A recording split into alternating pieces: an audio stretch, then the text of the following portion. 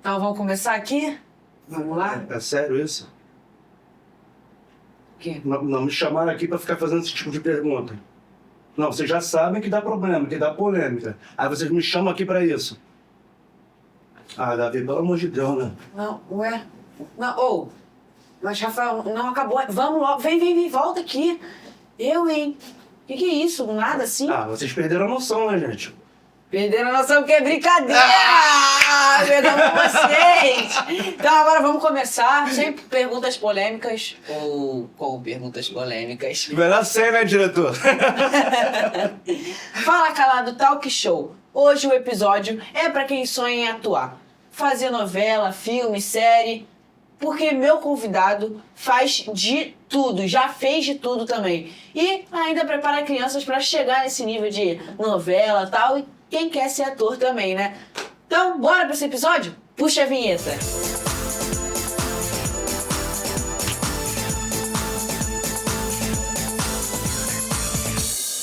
Tô aqui com um ator premiado que trabalhou com Xuxa, Netflix, Globo, Amazon e ainda é meu amigo e meu professor de TV e cinema. Tô aqui com Rafael Monteiro. E aí, cara? Como é que você tá? Aqui. Muito prazer estar aqui, Davi. Olá. Agradeço você por ter vindo aqui, viu? Então, vamos começar? Bora. E o salve de hoje vai para tananã, Henrico Guedes, de Mogi das Cruzes. Agora vamos começar. Rafa, quando você percebeu que queria ser ator? Nossa. Bom, eu venho de uma família já que trabalhava com isso, né? Eu fui criado pelo meu padrasto, né? Minha mãe se separou, eu era muito novo. E meu padrasto trabalhava com isso, né? Ele trabalhava nos efeitos especiais da Globo, então desde pequeno eu frequentava e vivia lá dentro da Globo. Então acho que eu não lembro de um momento que eu pensei, bom, eu quero ser ator, mas eu acho que o dia que eu tive certeza foi no dia que eu assisti uma peça que eu tenho certeza que o diretor vai saber, que se chamava Zenas Improvisadas.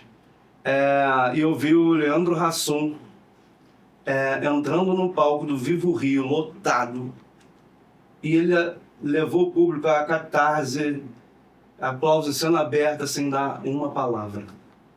Naquele dia eu falei, cara, é isso que eu quero fazer da minha vida e é isso que eu amo. Acho que foi ali que eu realmente decidi que minha vida ia seguir esse caminho.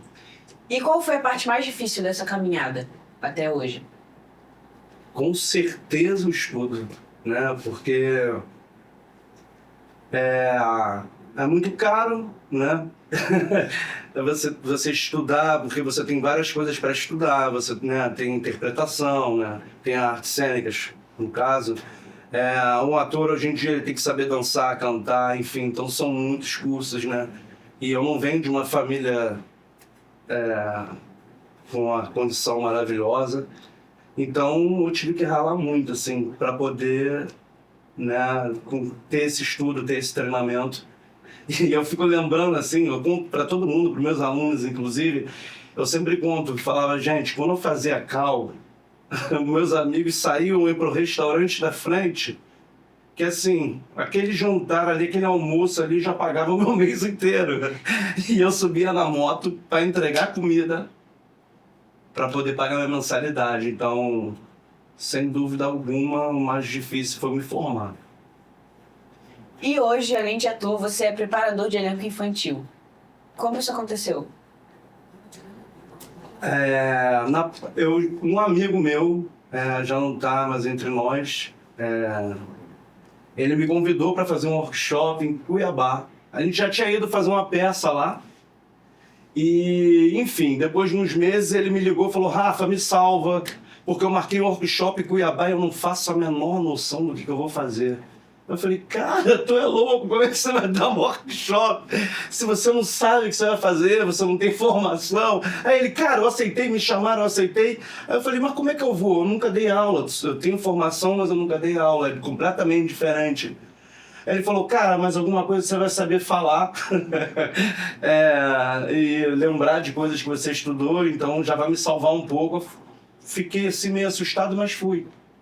E aí chegando lá, eu vi que de cara assim, que as coisas foram funcionando, porque Uma das coisas é você saber atuar, outra coisa é você saber passar isso, que é completamente diferente, né?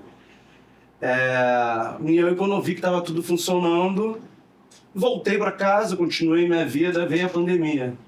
Quando veio a pandemia, os pais me pediram, pelo amor de Deus, faz alguma coisa online, porque as crianças estão subindo pela parede, estão quebrando tudo. E aí eu acabei abrindo uma preparação online que eu não acreditava que fosse dar certo. Eu falei, cara, interpretação pela internet, não é impossível. Enfim, fiz por conta da pandemia e começou a dar certo. Começou alunos de diferentes agências começaram a passar em vários testes e começou a dar certo, né? E aí eu não parei nunca mais. Eu acredito que foi uma profissão que me escolheu. Eu não escolhi ser preparador, né? A profissão que falou, vem cá. Agora vamos pro quadro Descomplicando a Atuação. Já que você prepara elenco, vamos ensinar pra galera um pouquinho. Qual a diferença entre decorar e interpretar? Total, né? Nossa, é um assunto que a gente vive conversando, né? A diferença é total, né? Porque assim, você tem que entender o texto, né? O ator, ele transmite, né, a mensagem, né? Ele tem que emocionar o público. E se você começa a decorar o texto, você vai ficar preso naquilo e você não vai passar emoção, não vai passar a verdade, né? A forma não se decora texto, se estuda, né? A gente tem um diretor aqui do programa, que também é um preparador, e ele sabe do que eu estou falando. O maior problema é que as pessoas decoram. E não é para decorar, né? É para estudar. Você tem que entender. Se você souber fazer substituição, você souber o objetivo do seu personagem na cena, né? Você ter a noção do momento anterior, do que aconteceu. Isso que você tem que estudar, né? Não é decorar as palavras. Porque aí, quando você estuda certo, quando você se toca, você já está com o texto na cabeça e acaba acontecendo de uma forma natural, né? E criança tem que ser perfeita para atuar? Nem adulto tem que ser, né? A gente conversa também bastante sobre isso. O que eu vejo muito são atores e crianças buscando uma perfeição em cena, né? Você vê que ele tá ali certinho e não... Né, diretor?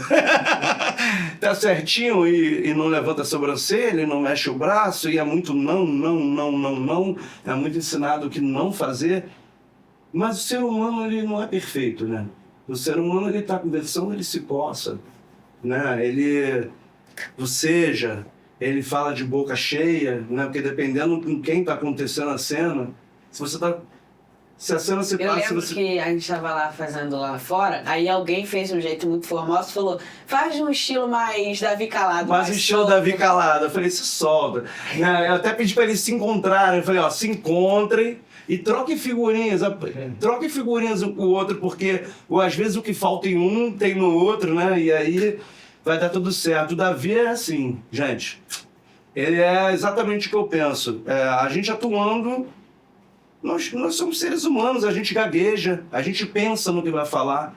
Né? Quando eu vou conversar com você aqui, né, eu estou raciocinando no mesmo momento que eu estou conversando com você. Em algum momento, meu braço vai coçar, né, meu rosto, minha barba. Então, é isso, né? Não buscar essa perfeição. Né? Nem adulto, nem criança. Né? Se dirigir em cena é péssimo. O que mais reprova num teste? Eu não tenho dúvida nenhuma que é a ansiedade. A gente rala muito, né? A gente estuda muito, a gente toma muito não, né? E quando a gente vai pro teste, a gente pensa, cara, é a minha chance, eu preciso disso. Eu comecei no audiovisual com um canal de humor chamado Peixe na Colheira. Foi até esse canal que me fez ganhar o prêmio, né, de melhor ator de comédia no Rugby Fest. E a gente ali era na guerrilha, né? Quem não estava atuando fazia o som, né, fazia a luz e todo mundo se ajudando ali. Até que eu recebi um convite para um teste para um grande canal de humor no YouTube. E eu pensei, cara, é a minha grande chance. Eu falei, cara, eu vou continuar fazendo o que eu que eu gosto, que eu amo e, né, e ter estabilidade na vida, né? Eu joguei o teste fora, porque eu fiquei pensando nisso. Mesmo com experiência, eu cheguei lá e cuspi o texto todo. E quando você deixa a ansiedade bater para você voltar a ser, é muito complicado. Eu acho que com toda certeza o maior inimigo é a ansiedade. Agora vamos pro quadro Cena ou Vida Real. Agora vamos voltar um pouco pro Rafael ator. Cena, tem uma plaquinha aqui. Cena é o que acontece muito em gravação. E vida real, o que acontece muito com você na vida, entendeu? Toma aqui a plaquinha, falar algumas coisas. Olha a polêmica! Esquecer o que ia dizer. Sem dúvida. Acabou de aqui, esqueci o que ia falar e teve que contar. Dar risada em hora errada. Ai, vou botar assim, ó. Ficar muito nervoso. Na vida real. Fingir que sabe do assunto e continuar falando. Vida real. Se comparar com as outras pessoas. Eu acho que isso é um problema quando eu era mais novo. Quando eu era mais novo, eu comparava mais em cena. Receber críticas e não gostar.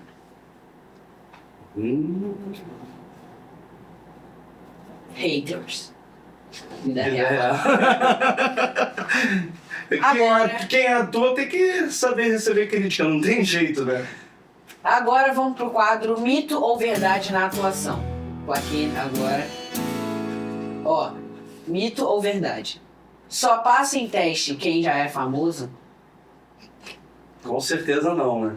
As pessoas não entendem muito isso. Dependendo do projeto, né? Às vezes o projeto está precisando realmente de uma cara conhecida para ajudar na divulgação, né? Mas isso não é uma regra, né? E posso afirmar que ultimamente o mercado está querendo revelar novas caras, sem dúvida nenhuma. Timidez impede de ser ator? Não. Eu tenho um grande exemplo que eu uso sempre na preparação. Eu uso o exemplo, por exemplo, do Selton Mello. Selton Mello é uma pessoa tímida. Se você encontrar ele na rua, ou até dentro No círculo da Globo, você vai ver que ele é uma pessoa na dele, assim, ele é bem tímido. E ele em cena é um dos maiores atores do Brasil, né? Então não atrapalha, não. Talento é mais importante que estudo? Não é. Não é mesmo, assim. Vou até contar um caso rápido. Eu sei que eu tenho que correr, mas eu tenho que contar um caso rápido que eu sempre falo. Quando eu era mais novo, eu jogava bola, né? Dava pra perceber que quando eu era mais novo, né? Porque agora... E eu tenho 2 irmãos. Dos 3, eu era o que jogava menos. Os 2 jogavam muita bola. Muita mesmo, assim. Só que eu sempre fui muito dedicado em tudo que eu queria, né? Então a gente jogava bola no campo e eles iam para casa, eles iam brincar de outra coisa, eu ficava lá. Chutando a bola com um pé, chutando com o outro, com uma perna, com a outra, e fazendo embaixadinha e dando canelada, e eu não me conformava com aquilo. Não me conformava de eu não conseguir fazer o que eles conseguiram. No final da história, quem foi mais longe na carreira, assim, como ator, na categoria de base, não cheguei ao profissional, dos 3 fui eu. Então, é uma prova de que a vocação é falar mais alto, sem dúvida. Agora é polêmica. Os pais também são analisados na hora de selecionar uma criança? Nossa, como? E como? Muitos produtores conversam com a gente, falam assim, a gente começa a provar a criança pelo pai, pela mãe. é realmente uma coisa bem complicada. Eu entendo, porque eu também sou pai, a gente, quando alguém distrata a gente, fala alguma coisa pra gente que a gente não gosta, normalmente eu, Rafael, eu não ligo muito, assim, não ligo mesmo de verdade. Se alguém falar, gordo, eu falo, sou mesmo. Não, eu tenho espelho. Não me incomoda. Agora, quando é com filho, é uma coisa assim surreal. Só quem é pai e quem é mãe sabe disso. Então, eu entendo que às vezes é difícil controlar essa coisa protetora, né, do trabalho.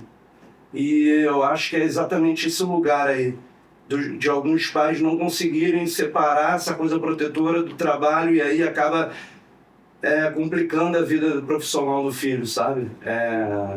A gente tem até um exemplo legal, que é o Nil, o pai da Elis Cabral, que acabou de fazer agora Dona de Mim, né, novela das 7. Quando no último dia de gravação vieram todos os diretores, estavam em diferentes lugares lá dentro do Projac, todos se reuniram dentro do estúdio na última cena, botaram os pais da Elis Cabral no meio e bateram palma.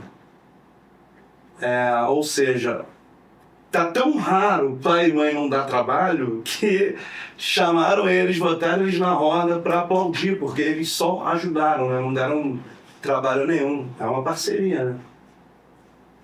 Agora, vamos pro quadro Papo Sério. Você gosta mais de atuar ou de preparar as crianças? Atuar. Atuar é minha vida, né? Com certeza atuar. Qual foi a aprovação que mais te emocionou? Cara, difícil.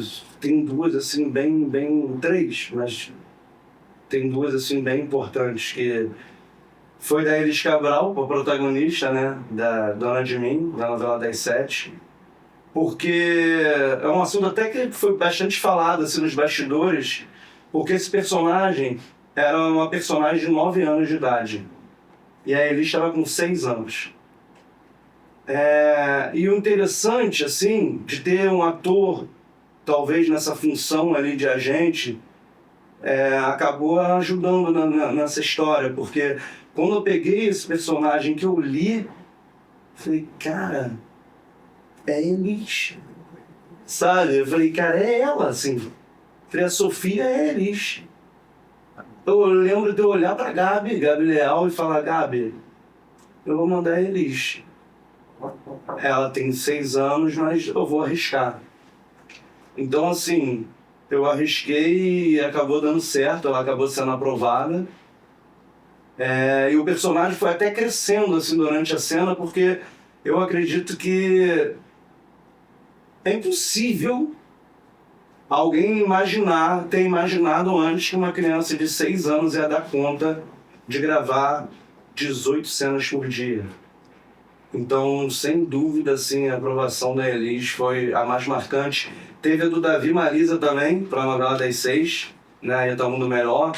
Teve agora uma maravilhosa da Laura Vick, que fez o filme da Carolina de Jesus. Agora acabou de entrar numa série com direção do Mauro Mendonça Filho. Do Arthur também para Netflix, que foi pro México gravar, enfim, tem umas aprovações bem bacanas. Mas a da Elis, assim, eu acho que é um grande exemplo, né? Porque é uma junção ali do preparador com o agente, né? Então, foi essa jogada ali de ter essa cabeça de ator e de agente e de preparador ali, de falar, vou mandar uma menina de 6 para um papel de 9 e acabou dando certo. Você consegue perceber grandes talentos que treinem com você e que você acha que com certeza serão grandes artistas em breve? Com certeza. Você é um. Assim, tem muitas crianças, não só as que estão comigo, mas em vários outros lugares, assim, tem muita criança talentosa. Essas crianças de hoje, elas estão tendo acesso a coisas que eu não tive na infância, né? Hoje em dia tem muitos cursos maravilhosos, tem muitos preparadores maravilhosos. Então, tem muita criança preparada. Muita mesmo, assim. Eu dei até alguns exemplos, né? Você é um, Elis Cabral, Davi Malísia, Laura Vick. Tem muita criançada aí boa demais, assim. Agora vamos pro quadro Desafio de Atuação. Agora eu vou colocar o seu lado ator pro jogo. Eu vou dar algumas situações e a gente vai atuar junto, entendeu? E você começa sempre. Bora. Eu, né? É, com certeza. Ó, amigos que se consolam por uma namorada perdida. Tá. Ô, Davi, não fica assim, cara. Sério, você vai ficar bem. Não faz essa cara. Mas Eu sei que eu tinha 180 quilos. Mas qual o problema? não entendi. Por quê? Por que fez isso, cara? Ué, aí é vida. Você tá sempre ocupado, gravando um podcast atrás do outro. O gordinho da portaria foi lá consolar e levou, cara. Ué, a vida é assim, bola pra frente. A vida continua, cara. Ai, coisa maluca. Não é nada maluco, cara. Você acha que o gordinho João tem 2 filhas, cara? Realmente. O que você tá querendo dizer com isso, cara? Não sei, eu te Não, pergunto a você mesma tá querendo coisa. dizer Não, que eu te gordo não pergunto pode mesmo. namorar. Não, eu te Não, pergunto. você tá querendo dizer que gordo não pode namorar ninguém, que nenhuma mulher pode trocar por um gordo. E você tá falando que só porque Não, você eu tá sou querendo magro, dizer tem isso. que Não, amar? você tá querendo dizer. Não, e você tá Não. querendo dizer que só porque eu sou magro tem que amar. Hã? É. Papo de doido. Ai, gente, só porque eu sou magro tem que amar, foi demais, me quebrou. Ai, não tá. Agora o próximo é 2 personagens conversando em cinema mudo. Tá? Vamos lá. Vai. Vamos lá.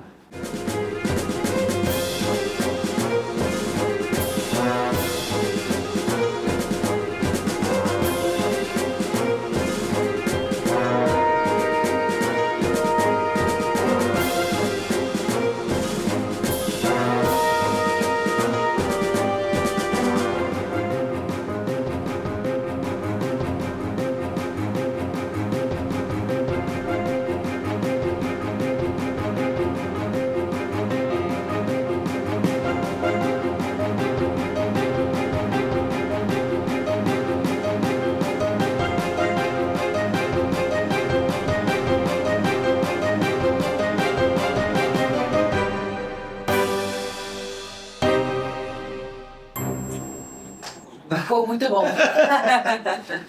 Ai, meu Deus, só me pegando de surpresa. Tem que ensaiar, gente.